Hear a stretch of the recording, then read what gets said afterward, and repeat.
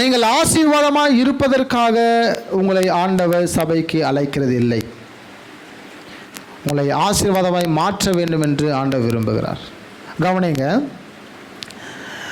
ஒருவேளை சபைக்கு உள்ளே வரும்போது நீங்கள் பணம் வரும், வீடு வரும், பங்களா வரும், நீங்கள் அதை வாங்குவீங்க, இதை வாங்குவீங்க, ஓஹோன்னு வாழுவீங்க என்றெல்லாம் ஒரு வேளை இதுக்கு முன்பதாக பிரசங்கம் கேட்டிருப்பீங்கன்னா அதை நீங்கள் மறந்துடுங்க.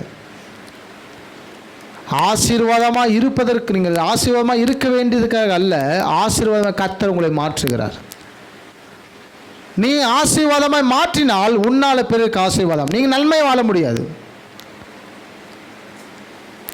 ஆண்டவர் 12 அப்போஸ்தலரை முதலாவது அழைக்கும் போது அவருடைய ஆசீர்வதிப்பேர் அல்ல, ஆசீர்வாதம் மாற்றுகிறார். அவர்களால் பிறருக்கு ஆசீர்வாதம், அவர்களுக்கு பரலோகம். அவ்வளோதான். அப்போ உங்களுக்கு என்ன அப்படின்னா, ஆண்டவர் அழைக்கும் போது உன்னை ஆசீர்வாதமாய் வைப்பேன் அல்ல, ஆசீர்வாதமாய் மாற்றுவேன். ஆசீர்வாதமாக வைக்கிறதுனா அந்த வீடு வாசல் காரு பங்களா எல்லாத்தையும் அப்படி வச்சுக்கிட்டு வாழ்ந்து மக்கள் மனதை கெத்தா திமிரா பந்தாவா அப்படி அல்ல. உங்களை மாற்று ஜீவ நீரூற்றாய் மாற்றுகிறார். அதிலிருந்து புறப்பட்டு ஓடுகிற தண்ணீர் மற்றவன் குடித்து அவன் திருப்தி ஆவதற்காக தான் ஆண்டவன் வைத்திருக்கிறார். நீங்கள் தான் உங்கள் வீட்டுக்கு ரட்சகன், உங்கள் சொசைட்டிக்கு ரட்சகன், உங்கள் சபைக்கு நீ தான் ரட்சகன், நீ தான் ரட்சிப்புக்குள் நடத்த போறாவணும், நீ தான் ஆசீர்வாதம். ஆசீர்வாதம் நீதான், நீதான் ஆசீர்வாதத்தின் ஜீவ நீரூற்று. ஆசீர்வாதம் யாருக்கிட்ட புறப்படும்? உன்கிட்ட இருந்து. சில பேர் கவனிச்சிருப்பீங்க, எனக்கு பிள்ளைகள் இருக்காது, ஆனால் நான் ஜெபம் பண்ண அவங்க பிள்ளைகள் உண்டாகும். எனக்கு நான் வியாதியாக இருப்பேன், நான் ஜெபம் பண்ண அவங்க வியாதி சுகமாகும். என்ன காரணம்? அந்த ஆசீர்வாதம் எனக்கு அல்ல, நான் ஜெபிக்கும் போது அந்த ஆசீர்வாதம் என்னிலிருந்து புறப்பட்டு ஓடுகிறது. கர்த்தர் உங்களை அழைத்தது ஆசீர்வதிப்பதற்காக அல்ல, உங்களை ஆசீர்வாதமாய் மாற்றுவதற்காக. நீங்கள் ஆசீர்வாதமாக இருப்பதற்காக.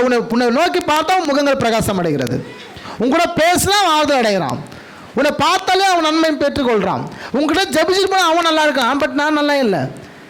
ஏன்னா என்னால் அவனுக்கு ஆசீர்வாதம். ஆண்டவர் உங்களை அழைத்தது தேவ ஊழியம் செய்ய. நான் இந்த உலகத்தில் சுகபோகமாய் வாழ அல்ல.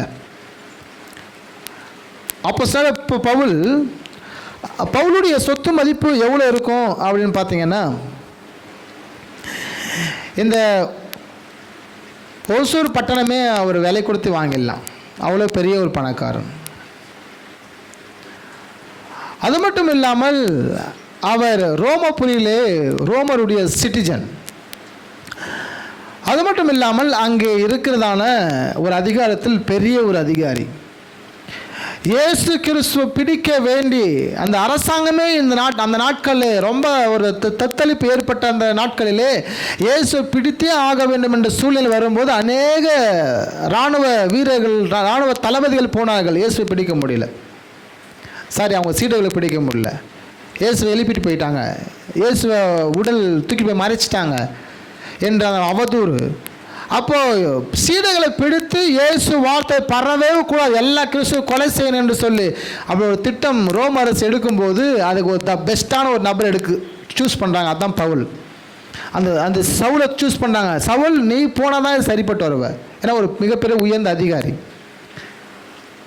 இவ்வளோ பெரிய பணக்காரன், பதவி இருக்கிறவன், பெஸ்டானவன், சிறப்பானவன், இராணுவத்துக்கெல்லாம் தளபதி, அவனுக்கு கீழ் பெருங்கூட்ட தளபதி இருந்தது. அந்த பவுல் சொல்கிறாரு, எனக்கு லாபமாக இருந்தவைகள் எவைகளோ அவைகள் எல்லாம் கிறிஸ்துவுக்கு என்று நஷ்டம் என்று விட்டேன், குப்பையுமா என்கிறேன். இவ்வளவும் எனக்கு லாபம் என்று இருந்தது, ஆனால் நான் ஊழியத்திற்காக, நான் ஆசீர்வாதமாய் வாழ அல்ல, என்னை ஆசீர்வாதமாய் மாற்றுவதற்கு இவை எல்லாம் நான் குப்பையா எண்ணினேன். ஹல்லேலூயா. எல்லாருக்கும் அமௌண்ட் வேணும், பண தேவை இருக்குது. ஆமாங்களா? எல்லாரும் பணம் தேவை இல்லாமல் இருக்கீங்களா? எல்லாருக்கும் பணம் வேணும், எல்லாம் கொஞ்சம் பணம் வேணும். குறைஞ்சி ஒரு நபருக்கு ஒரு 10-20 லட்சமாவது வேணும். இப்போ நான் எத்தனை பேருக்கு தான் பணம் கொடுக்க முடியும்? என்கிட்ட இருக்குன்னா எத்தனை பேருக்கு தர முடியும்? என்கிட்டருந்து உங்களுக்கு எதுவுமே கிடைக்காது. கவனிக்கிறீங்களா? என்கிட்டருந்து உங்களுக்கு எதுவுமே கிடைக்காது. என்னை உற்று பாருங்கள், எலும்பி புறப்பட்டு ஓடுன்னு சொன்ன உடனே அந்த அப்போஸ்தலர் 3ஆம் அதிகாரத்தில் அந்த முடவன் எலும்பி ஓடுகிறதை பார்க்கிறோம். என்கிட்ட பொண்ணு காசு எதுவுமே கிடையாது. ஏன்னா அங்கே சீமோன் பேதுருக்கு தெரியும், நான் ஆசீர்வதிக்கப்பட்டவன் அல்ல, ஆசீர்வாதமாய் மாற்றிக்கொண்டு இருக்கிறேன். என்னால் நீ ஆசீர்வதிக்கப்படுவப்பா, என்கிட்டலாம் ஒன்றும் கிடையாது. நானே அடுத்த வேலை சாப்பாட்டுக்கு எங்கேயாவது போய் பிரசங்கம் பண்ணதான் உண்டு. ஆனால் என்கிட்ட ஒன்று இருக்குது, வல்லமை, பவர் இருக்குது. அந்த பவர் இறக்கணும், எழுந்து ஓடி போயிடாது எடுத்துட்டு. என்ன காரணம்னா, நீங்கள் எல்லோரும் வைத்திருந்து கொடுப்பதற்கு அல்ல. உனக்கு ஒரு 1000 ரூபாய் தர முடியாது என்னால், ஆனால் அந்த 1000 ரூபாய் பெறுவதற்கு நான் ஜெபிக்க முடியும். எத்தனை பேர் தான் நானும் கொடுக்குறது?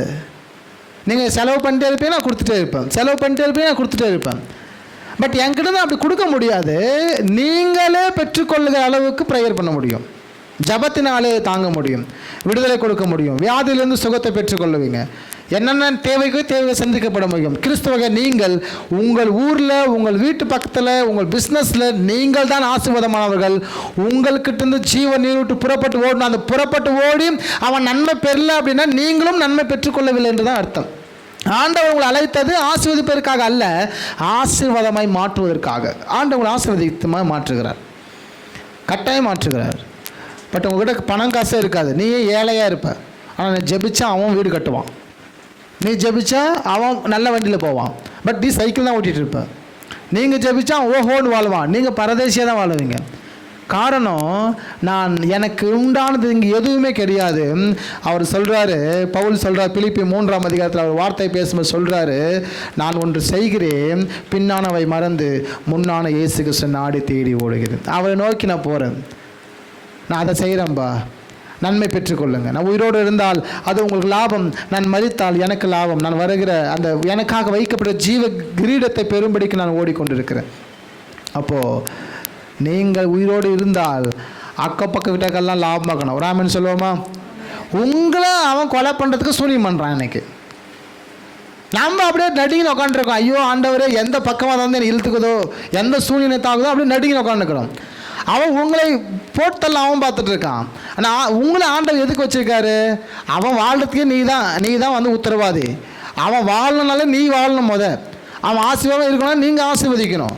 நீ ஜெபிக்கும் போது தான் அந்த அனல் பொங்கி, அந்த அபிஷேகம் பொங்கி அக்கம் பக்கம் வீட்டுக்கெல்லாம் போய் அப்படியே அடிச்சு தாக்கி நிற்குது. அதனால தான் உங்கள் எங்கே பார்த்தாலும் உங்கள் வீட்டு பக்கத்துக்கு நல்லாவே இருப்பான். என்ன காரணம்? நம்ம நல்லா இல்லை, ஆனால் அவன் நல்லா இருக்கிறான். நம்ம ஆண்டவர் பலப்படுத்தின மட்டும்தான் விடுதலை ஆக்க மாட்டார், உங்களை பலப்படுத்துவார், தைரியமாக இருக்க வைப்பார். இயேசு சொல்கிறாரு கெத்செமனே தோட்டத்தில், ஆண்டவரே, இந்த பாத்திரம் என்னை விட்டு நீங்க கூடுமானால் நீங்கும்படி செய்யும், என் சித்தம் அல்ல உம் சித்தம். அந்த பாத்திரம் அங்கே அவரை விட்டு நீங்கவில்லை, மாறாக அங்கே அவர் பலப்படுத்தப்பட்டார். அப்போ நான் ஆசீர்வதிக்கப்பட்டவன் என்ற வார்த்தை விட நீங்கள் ஆசீர்வாதமாய் மாறிக்கொண்டிருக்கணும். ஆசீர்வாத ஊற்று உங்கள் கையிலிருந்து புறப்பட்டு ஓடுகிறது. ஆசீர்வாத ஊற்று உங்கள்கிட்ட புறப்பட்டு ஓடுது. நீ ஒருத்தன் ஜெபம் பண்ணால் அவன் நன்மை நடக்கும். நமக்கே 1000 பிரச்சனை, 1000 ஓட்ட ஒடிச்சல், நமக்கே ஒன்றும் இல்லை, உங்களுக்கு இருக்காது தான், ஆனால் அவருக்கு கிடைக்கும். நீங்கள் அப்படி டெஸ்ட் பண்ணி பாருங்கள். நான் ஜெபிச்சு எனக்கு பல விஷயம் நல்லது நடக்கவே இல்லை, நான் பிறகு ஜெபிச்சு அவங்க நன்மை நடந்திருக்கு. நான் அதுபோல் யோசிக்கிறது உண்டு. ஏன்னா நம்ம ஜெபிச்சா நமக்கு நன்மை நடக்கலாம், பட் அவங்களுக்கு நன்மை நடக்கும். ஏன்னா நான் எப்பொழுதுமே ஆசீர்வாதமாய் வாழ்வதற்கு அல்ல, நான் ஆசீர்வாதமாய் என்னை மாற்ற ஆண்டவர் உதவி செய்தார். உங்கள்கிட்ட ஜீவ நீரூற்று ஆண்டவர் புறப்பட்டு ஓடும்படி செய்தார்.